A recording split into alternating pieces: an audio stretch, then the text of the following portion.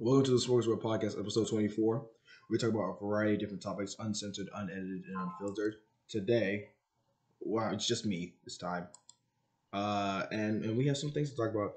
Now, not in the last episode, but episode 22. I missed the chance to talk about this, but this is something that is taking the internet by storm. It's a very uncomfortable topic. The Last of Us 2. Now, I'm gonna be completely honest. When this game first came out, I really wasn't too sure because wasn't into watching the first Last of Us. I never really played it, so I was just like, before I watch this, people, it's a very controversial game right now. I'm going to watch the first Last of Us. All right, and before I even comment on what we'll get to later, first Last of Us, holy shit, that was one of the best fucking games I've ever seen in my life. Wow. My nigga Joel is that nigga.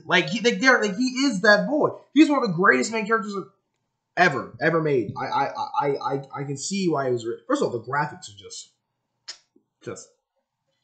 just like great, like fine cheese. You know, like it was just something so exquisite and just so refined about the engine. Just Naughty Dog did a phenomenal job with the graphics and just the story overall was good. And the way it ended was a very good cliffhanger to what the next game was going to be. Then the DLC, of course, was the... I didn't really get to watch it, but I know what it's about. It's about her friend and how she got bit and all that shit. How she found out she was immune. Ellie. Overall, it's a really great story. My review is that it was very good. I watched the gameplay, and I watched the entire story. So I'm very caught up with that. Because I knew I wanted to go in.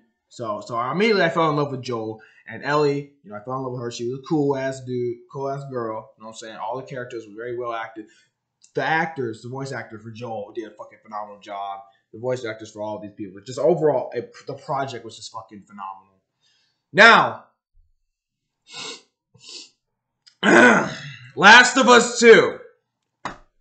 Where do I fucking start? Holy shit. So the game started off well, Game started off well, you play as Joel, Hans, and the boy, the homie, the home slice, the goat, right? First 2 hours in, by the way, if you ain't picked it up by now, I'm going to be spoiling this in case you haven't played it. So if you haven't played this or haven't watched it, click off. Joel fucking dies in the worst possible way! What is this? No, I'm sorry. Naughty Dog went from such a wonderful story to such a terrible... I get the concept. It makes fucking sense. But they could have did it so much fucking better. And they failed miserably, in my opinion, of course, but they failed. So basically, he saves this bitch. And I don't use that word very often. But with this girl, she's built like a stack of bricks. This Shaquille O'Neal fullback, Gronkowski built body bitch kills this thing in the 2 hours after he saved her from a herd, a plethora of zombies. Saved her, right? He's just like, I'm Joel. And they all these fucking scum just look at him like y'all heard me. Just like, cause we had. Boom! Shoot him in the damn leg. I'm like, oh my god, what the fuck just happened? Then this WWF China wrestling ass motherfucker grabs a damn club and beats this nigga to death in the first 2 hours. And Ellie comes in looking fucking stupid, not doing shit, because she was still pissed at him that he just lied about the fact that hey, if there was a cure for the disease, you would have been fucked dead, and we don't want you to die, so we're going to keep you alive, and you hid it from you. Okay, do I agree that he hid it from you? No, I believe he should have told you, and no, it was your decision. Yes, I understand your anger, but the fact of the matter is that you niggas went ahead and killed Joel in front of Ellie in the first 2 hours of the game. We're supposed to give okay, so you put us in that mindset, and then you put us with this bitch, Dinah, or Dina, whatever the fuck her name was, trying to have some stupid ass fucking romance with Ellie. Like, we're supposed to give a shit. Like, we give a shit about any of the story. All we care about is that each one of these motherfuckers in this room has to go. Every last one of you have to die. Die! Every last one of you have to go. You're done. Executed. Bino, especially Abby. I want control when you suck the life out of her, right? So that's where everybody's mindset at. Everybody I've watched, everybody I talked to, every nigga was like, yo, we want these motherfuckers dead. We don't care about none of this. And they're trying to give you with the BS romance and shit. All that stuff. Like, oh, you know, they love each other. I should have kissed sooner. We don't give a fuck. You killed one of the greatest characters in the history of character. And not only that, you killed them in the worst possible way. If he was supposed to go out in the blaze of glory. I swear to God, I didn't want to watch the game anymore. My dude, Corey Kenshin. Shout out Corey X Kenshin, bro, on YouTube. Go check him out. Been with him since he had 1,000 subscribers. He didn't even want to play no more. He was like, nah, we don't get through this shit quick. I ain't going to do none of this BS. We don't get through this quick because I don't want to play this no more. And we don't care about none of the... No, I'm sorry. We don't care about none of the stupid ass romance. We don't care about nothing else. We want to see these niggas go down. And apparently my boy Tommy, Joe's brother, my big boy Tommyson, went ahead and was to start murking niggas off the bat. We were chasing him. He already was just torturing and killing people, just off scrimp, just bam, bam, bam. 2 people show up dead, right? He killing off the group slowly, right? Killing off the group slowly, bro. Killing off the group slowly. Just pick them off one by one as you wanted. Ellie was able to get some of them, you know what I'm saying? Was able to kill them off. It was good. Then we get to a certain point where this heifer, this... Lord forgive me. This girl who's built like a goddamn transformer, you freaking big body small. She pulls up out of nowhere, kills one of the characters, kills my boy Jesse who pulled up out of nowhere trying to get Dinah dinner, whatever the fuck her name is, and Ellie trying to be like, yo, we about to go kill these motherfuckers. You know what I'm saying? And she pulls up out of nowhere, kills Jesse, right? Has my boy Tommy at gunpoint and talking about, we let you go and you wasted it. And then the Matrix, the audacity of these bitches at Naughty Dog had the gall to force us to play as Abby to make some balancing thing like, oh, this justifies why we killed one of the greatest characters and the only character we actually care about in the history of Last of Us, besides Ellie. You killed them off in the most punk-made way, bruh. And they make us play as her. They make us play as her to make it balance and make it say, oh, that revenge. The motto of it, the whole premise of the game was to represent revenge and how the 2 paths are identical. And it justifies the fact that she fucking butchered one of the greatest characters of all time.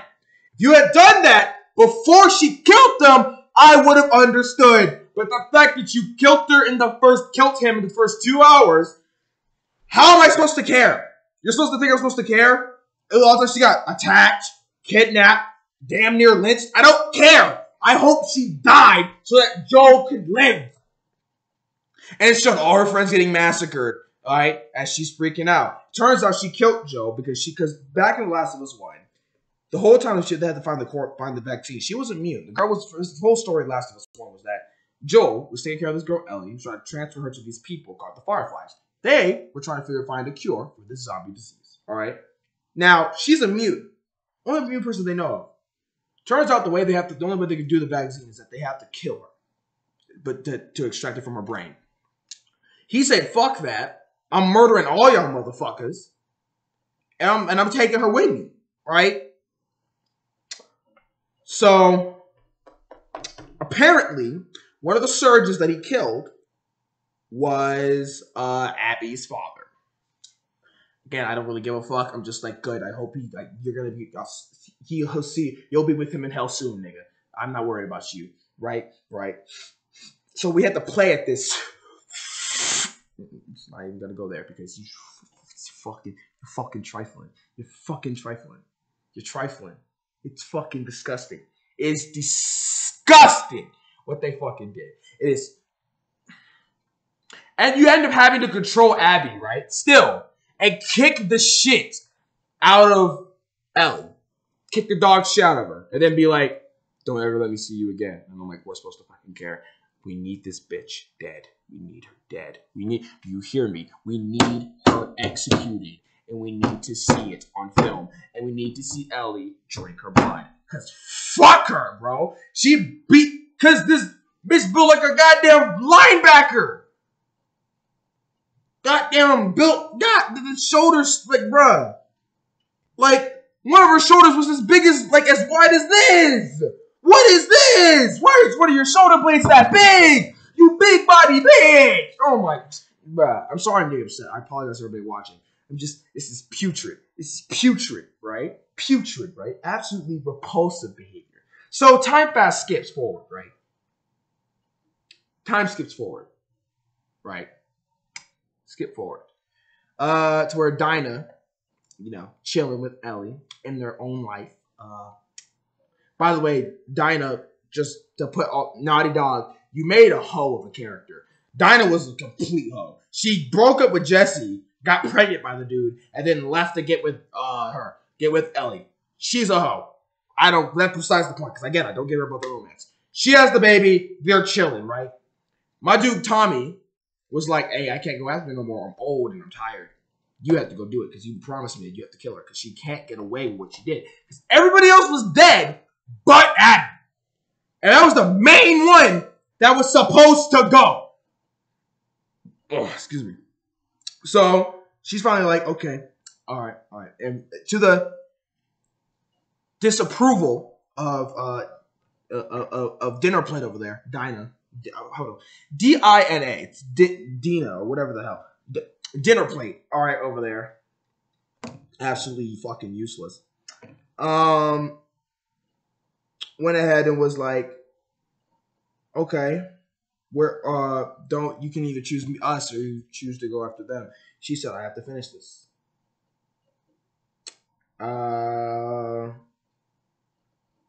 So she went to go find him. Now apparently Abby, in the meantime, got kidnapped by these people who are trying to bring back the slave trade, basically. Basically had slaves.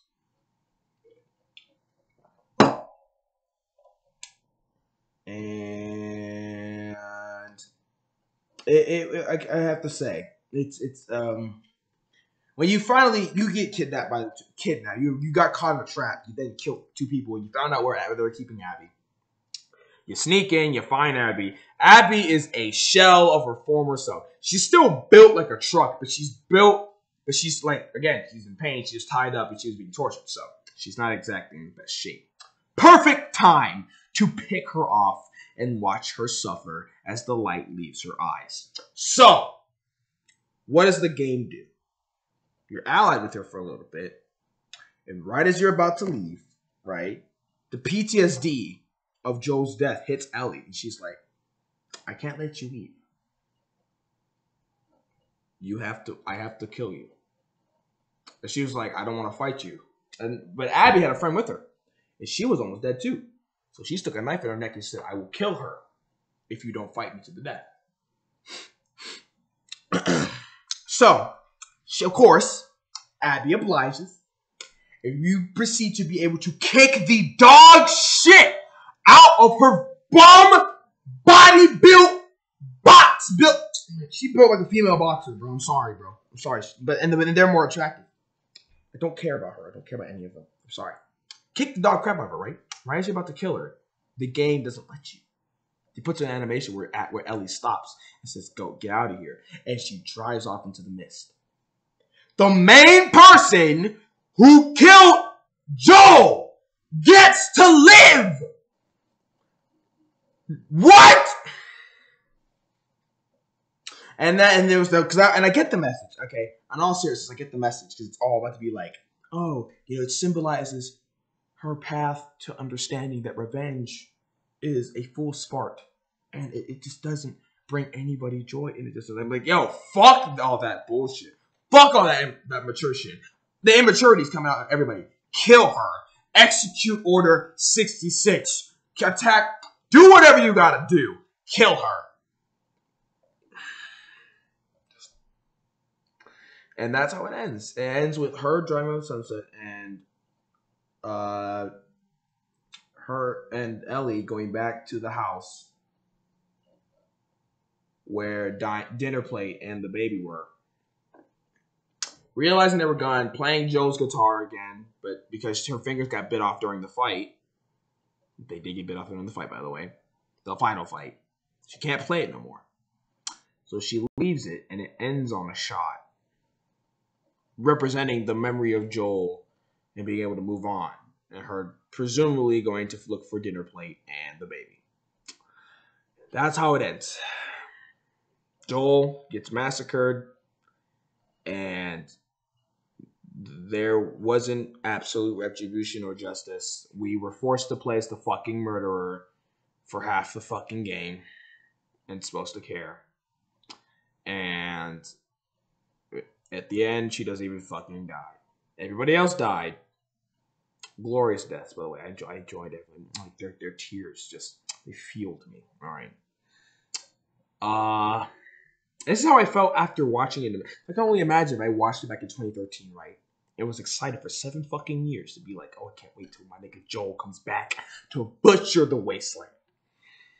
And then this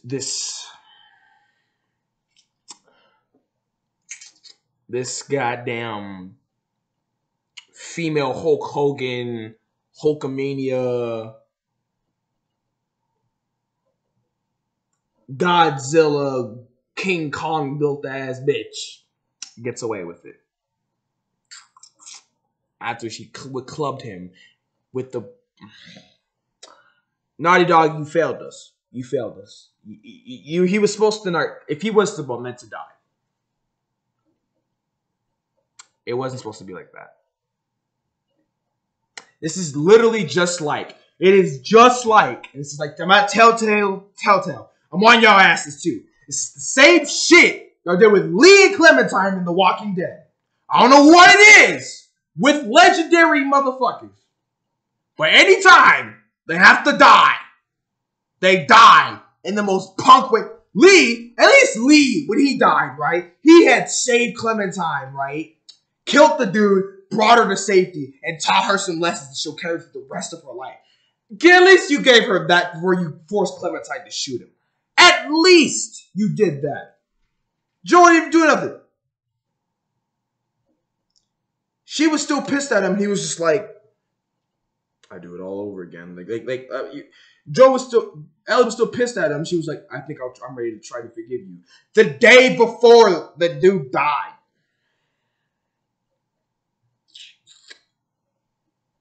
It's not right.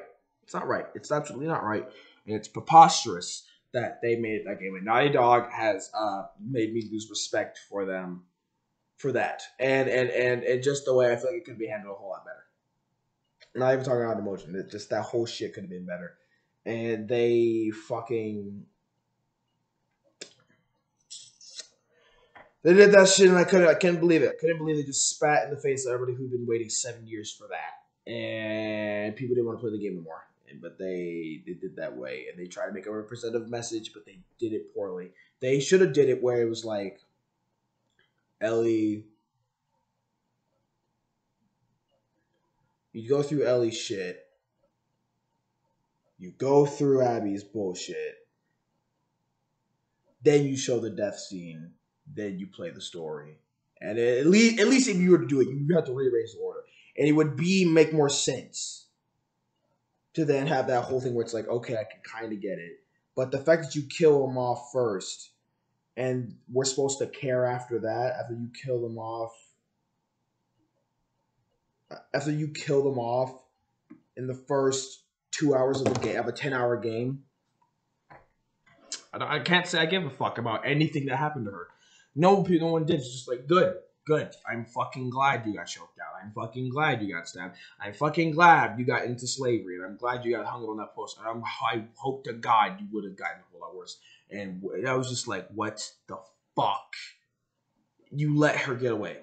And apparently, I think what they're going to try to do is have us play Abby in The Last of Us 3 if they have the audacity to make one. If they do that, there'll be a whole lot of people being like, I'm not, no. We're going to be like, this is the bullshit. I'm not fucking playing this because I don't want to fucking play as Abby because Abby's a fucking dickhead. That's my 20-minute rant about that shit. Oh, just Joel didn't deserve to go out that way. I don't know what it is about legendary people, but these games always have the weirdest ways to kill them off.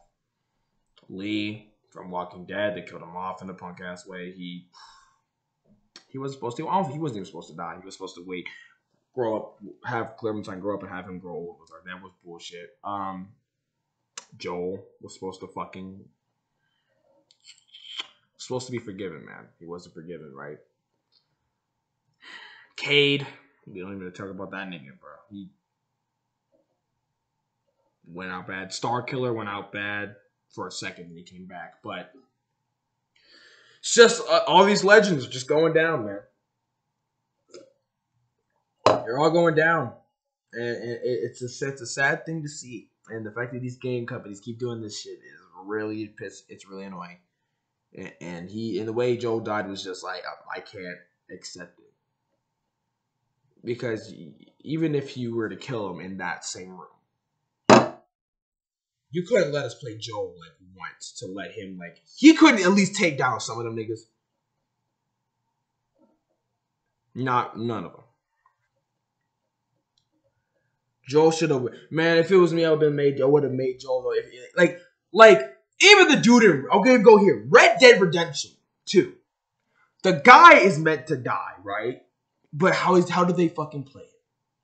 They make him go ahead and they give you the choice because how 100% it is that you're surrounded by the law, you've been betrayed, and you're about to die. No hands down. You're surrounded by people. It's 20 on 1. But they give you the control to take out as many people as possible before you get to kill. So you can literally have the gun and be like, man, and kill 15 dudes with you before they eventually kill you. We couldn't do that for Joel. We could have had 20 of them dudes try to close in, and he comes here with the gat, with the blicky, and just pop, pop, pop, pop, and then gets shot or gets clubbed. None of that, right? He didn't go out, no blaze of glory, no nothing. Just dies like that. Excuse me. I can't sit here and act like I care about anything Abby did or Naughty Dog to have respect for that. Because for that company, for them to do that way, do that in that way, I have no respect enough for that. And that I will stand by that because that made me piss me off. And they better redeem themselves in some way of the series because they can't act like this is just something like, oh, well, they're mad. We don't care. I'm like, dude, this was a terrible way of writing. They wrote it in the worst possible way. And it was really, you could tell it was very slacking. And it was, the message was there. The heart was, but you couldn't, but the way they ordered things, you couldn't get the message clearly because you broke so many people's hearts, and it was just like, dog, we don't really want to watch this anymore. We don't really want to do this anymore. We don't care anymore. We don't care about the message, whatever you try to portray about revenge, whatever bullshit you want to do, about Ellie's journey to move on from the memory of Joel. We don't care about that. We just want to see Abby dead. And you killed all his friends, cool. We didn't even get to kill Abby, who was the main one who convinced all the other people to go after Joel.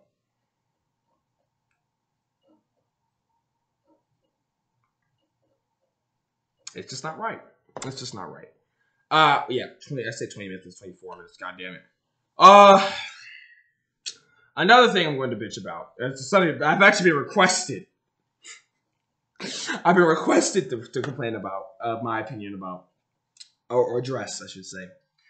By episode 14's guest, Derek, aka Lion Imagery. Derek. I think it's episode 14, yeah.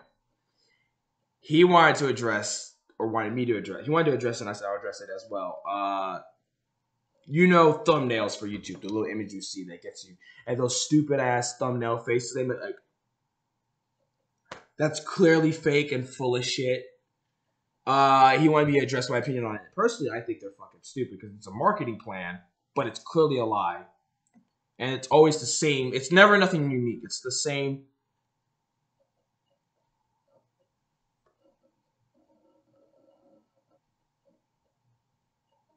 Bullshit ass face. Which we know is clearly fake. It's just like, it's not even that shocking. It's over some bullshit video.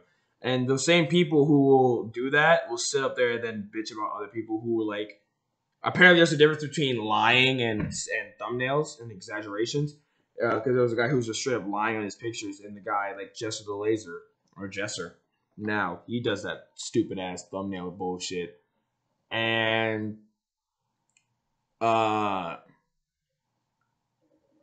even bitched about this other YouTuber who was just like straight up lying about his videos, and I looked at him when I saw that video. I was just like, dog, you literally make so much bullshit over nothing.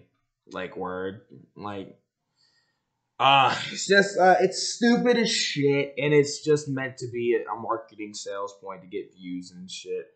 And I'm just like, every time I see it, I'm just like, it kind of makes me want to vomit because it's fucking, like, there's no authentic stuff to it. There's no authenticity to it. It's just, oh my god, look at this, click on my video to realize it's not as fucking shocking as it was meant to be.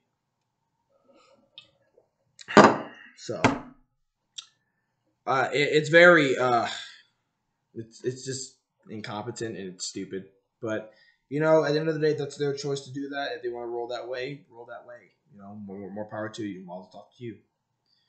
On a lighter note, right, I mentioned a couple episodes ago.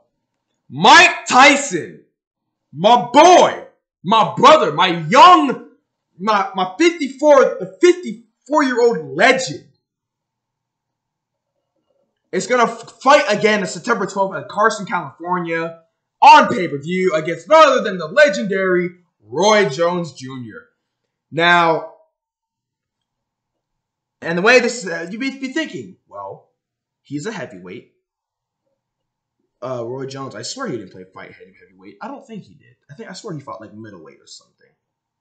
But anyways, how did this happen? Because Mike Tyson made his own league. And his way of his comeback, he said, I'm going to make my own league. He made the Legends Only League, which is under people. I encourage people to check it out on his Instagram page. It's a trailer he made. And basically, it's for all legends, any veterans, any retired people of any sport, soccer, MMA, football, baseball, basketball, who wanted to relive the glory days twice, quote unquote. Get your manager, get your team, come play with us. I don't know if it's all fighting, I don't know what it is, but they want to live the glory days again, they can. I think it's a really brilliant marketing plan. I think it's very smart. I think that's a very good thing he's done. I'm glad that Mike Tyson did this. Excuse me. As far as my prediction versus Mike Tyson versus Roy Jones Jr., I'm going to be, personally for me, I'm going to be backing Mike Tyson. I'm backing. Like this is emotional who I want to win. I want Mike Tyson to win. I love me Roy Jones Jr., but at the same time, I need me Mike Tyson to win. I need a knockout because I want Mike Tyson to fight back. I want it to be where like the George Foreman story, where George Foreman came back old and he fucking won the heavyweight title. I want something like that to happen. Now, if Tyson Fury has the title, that would be a little bit conflicting for me, mostly because I love Tyson Fury. But we'll tread that bridge if it ever gets. We'll cross that bridge if it ever gets there. As far as my prediction, obviously, with Mike Tyson being the hardest puncher in heavyweight history, you know, or Deontay Wilder, whatever you want to talk about. Roy Jones is seen as the underdog, but he's still a very lethal fighter. And while Mike Tyson is a heavyweight, he gives up a bit of a height difference and a bit of a reach difference. But the way he's been training, I just feel like Mike Tyson's gonna knock him out. I believe this won't. It's an 8-round exhibition, so I don't think this will be I don't think this will go to the distance. I'll be very surprised if it goes to the distance. But I have Tyson winning convincingly. I have Tyson knocking him out or stoppage or something. I don't know by what round, but it's either going to be super early or like down to the wire late. There's no in between it. I see him just knocking him out with insane power and ferocity. Because if he loses this fight, it's very concerning for his career. Like, should he have really come back or against such a high-profile player? Because they're both phenomenal fighters, champions, undisputed champions in their own right. Both of them Hall of Famers. So it's a very interesting matchup, and I believe though Roy Jones is the underdog, it will not be an easy fight. But I do believe Mike Tyson will knock him out in devastating fashion. That's my prediction. But at the same day, it was announced that the NBA star, the boy, the homie, Nate Robinson, will fight as the undercard. None other than Jake Paul. Jake fucking Paul. Okay. Here's the thing about this fight. Here's the thing. I don't make no mistake. I want Nate Robinson to fuck him up. I'm just concerned about the height difference because Jake Paul is 6'1", or I don't know. So he's 6'1". Okay. Nate Robinson is 5'9". He's given up a lot of height here, but he is more of an athlete than Jake Paul. And I believe his scrappiness and his mentality. I believe Nate Robinson can beat him. I believe it is possible. I believe he will beat him. I believe absolutely he will. Because the cardio is like, I believe he can do it. And I believe if he knows how to fight well, he'll be able to beat Jake. The thing is, if Jake loses this fight, I don't want to see a KSI Jake Paul fight anymore. I don't want to see a fight like that anymore. If he wins, it's gonna piss me off beyond belief because I'm like, he's fucking beating Nate Robinson, he's beating Deji, and he's beating Gibb. I want to, as much as I want to see KSI whoop his ass like no one's business. I want to see him. I just want to see him get fucking destroyed. At the same time, if he loses to Nate Robinson, I don't think I'd want to see that fight. I'd be like, dude, you lost to a 5'9" basketball player who was a star. And he picked up this boxing shit and whooped your ass. What the fuck do you think KSI is going to do to you? It all depends on who they're training with. Because he trained with Sugar Shane Mosley. And I'm like, yeah, you can't.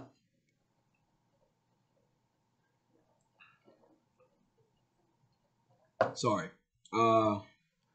Depends on who they're training with. Because Jake Paul is training with Sugar Shane Mosley.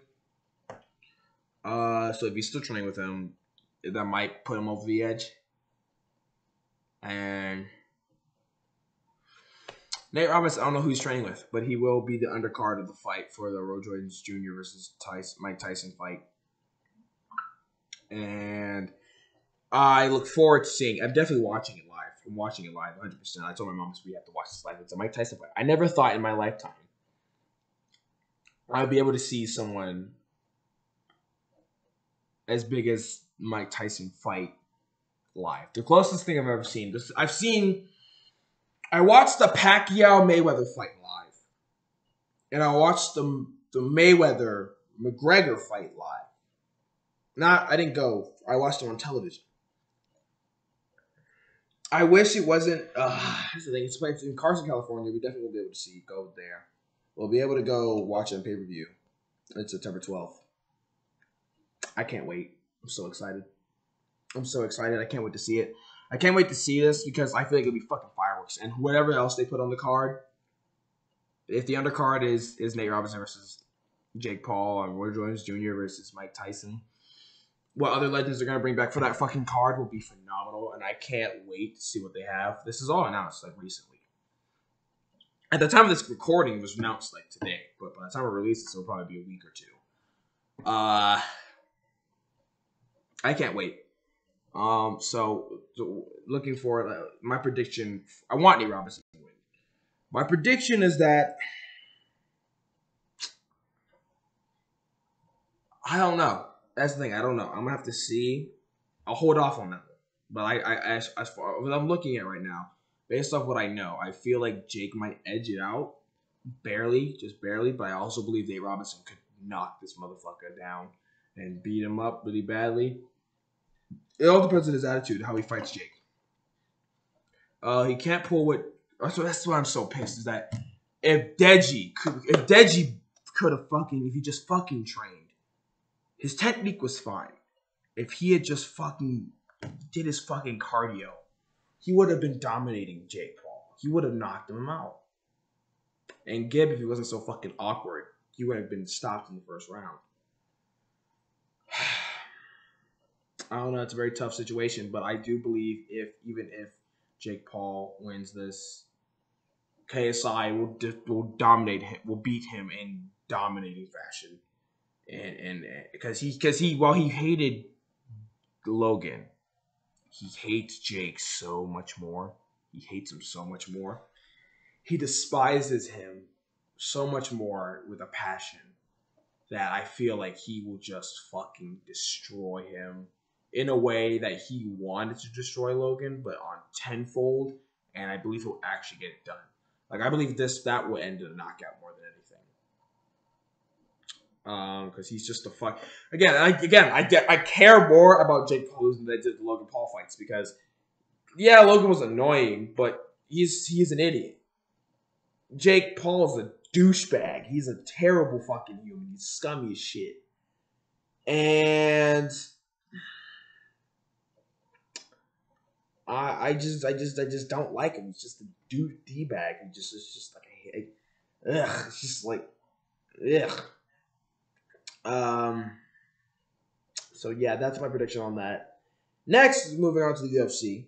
UFC 250. Sorry, the next two big pay-per-views. I can't remember the numbers. But the first one, Stipe Miocic versus Daniel Cormier 3. I don't know if I talked about this already, but if I did, this is going to be annoying. But if I didn't, I'm going to go ahead and address it now. The trilogy rematch that will probably decide who was the greatest heavyweight of all time in the UFC. Now, that's the title of it, but in reality, I don't think either of them could beat Randy Couture. That's just me. I don't think Daniel Cormier could last for Randy Couture, and I don't believe Stipe Miocic could beat Randy Couture. Though he is the most winning heavyweight champion, as he's defended the title more than anybody else. Then he lost to DC, and then he got the belt back. So now we have this trilogy at heavyweight. I want Miocic to win, and I believe he will win because as much as DC's gonna try to, as it's a smaller ring, I feel like Miocic is still gonna be able to. It's gonna be working on grappling more because that's what DC likes to do. He likes to wrestle a little bit more than strike with him, and I believe that Miocic will beat him by stoppage. So that's what I believe. The next one is Israel Adesanya versus Paulo Costa. Now, these guys have been going at each other's necks for years. They've been going at each other back and forth, back and forth. Israel Adesanya set his bar, talking about, I'm going to knock him out.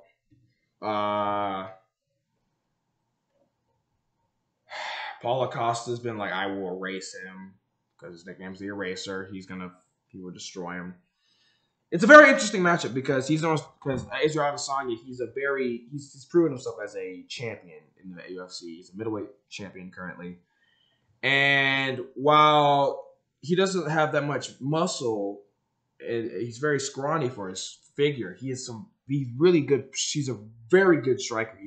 He's like a young Anderson Silva for those who out there who keep up with the UFC. He's very young Anderson Silva. Very good striker, very technical and very smart, switches stances. He just got the complete package because he's also proven himself as a kickboxing champion, 2-time kickboxing champion. Paulo Costa, though, is just so fucking powerful. He's just so huge.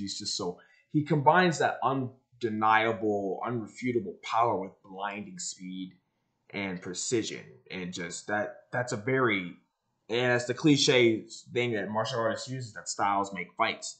That is a very interesting fight. And Unlike Yoel Romero, where he wouldn't just fucking stand there for 2 minutes and not fight with him. He would go out there and chase after the belt. And I believe it's gonna be Fireworks one. I believe it's gonna be fucking phenomenal. It's gonna be Fireworks. I think it's gonna be really fun to watch. And who do I think? Who would I want to win? I don't know who I'd want to win, but who would I think will win? I just don't see Adesanya losing anytime soon. But I believe this is also his best shot of losing. Because he's dominated Robert Whittaker. He picked apart Yoel Romero. I just believe that I don't know. I believe Adesanya will most likely win by either stoppage or decision, which I mean there are only 2 ways to win. But same time, Paulo Costa could catch him. So tough. It's so tough. But I'm gonna go with Adesanya. So my picks for the fights that I've just discussed: for boxing, Mike Tyson and Renee Robinson. For the UFC, I've picked Stipe Miocic for the heavyweight title versus Daniel Cormier for the trilogy, and Israel Adesanya. So we'll see how those play out. Thank you for stopping by for another episode of the Smorgasbord Podcast. Stay safe, everyone. Love y'all. Bye-bye.